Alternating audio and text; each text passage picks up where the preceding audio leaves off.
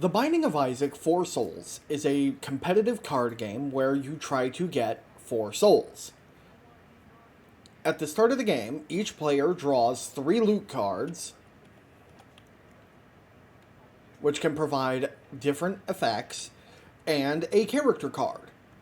When you collect your character card, it comes with a starting item. And that is eternal, meaning it cannot be destroyed or put into discard. As well, you draw 2 monsters and 2 items from the shop. You can buy these items for 10 cents. Now, to determine play order, either the player who picks Cain goes first, or dice are rolled to determine turn order. No, remember, the official rules say the saddest person. The saddest person go first. If no one's willing to admit that they're sad, you roll the dice. At the start of your turn, you draw a loot card, and you can play 1 loot card, and tap your character, Magic the Gathering style, to play another. You can also choose to attack a monster.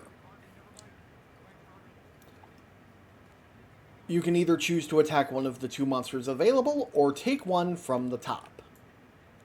If you choose to take one from the top, you have to fight that monster and cannot back out. In order to fight, you roll the dice against the monster's defense. In this case, Wrath, his defense is 3. So, we roll 5. He takes 1 damage. And combat continues. Ouch, I took a hit. Until either Wrath is dead or I am.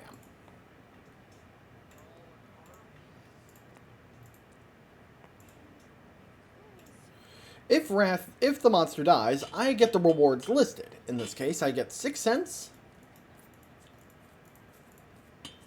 And if it has the little ghost icon with the 1, I get a soul.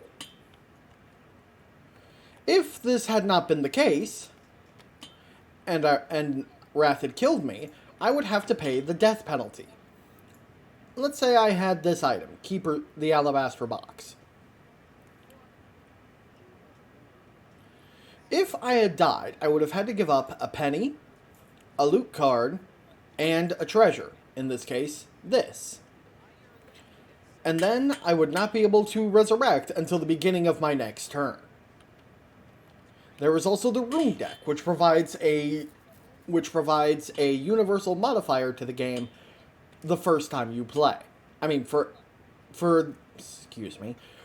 the entire game until someone kills a monster and chooses to change the room with the Rune Deck.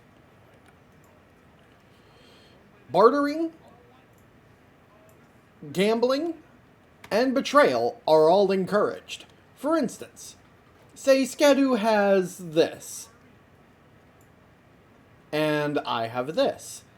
If I want to take it from him, I could per se convince him to trade in exchange for this item and 5 cents.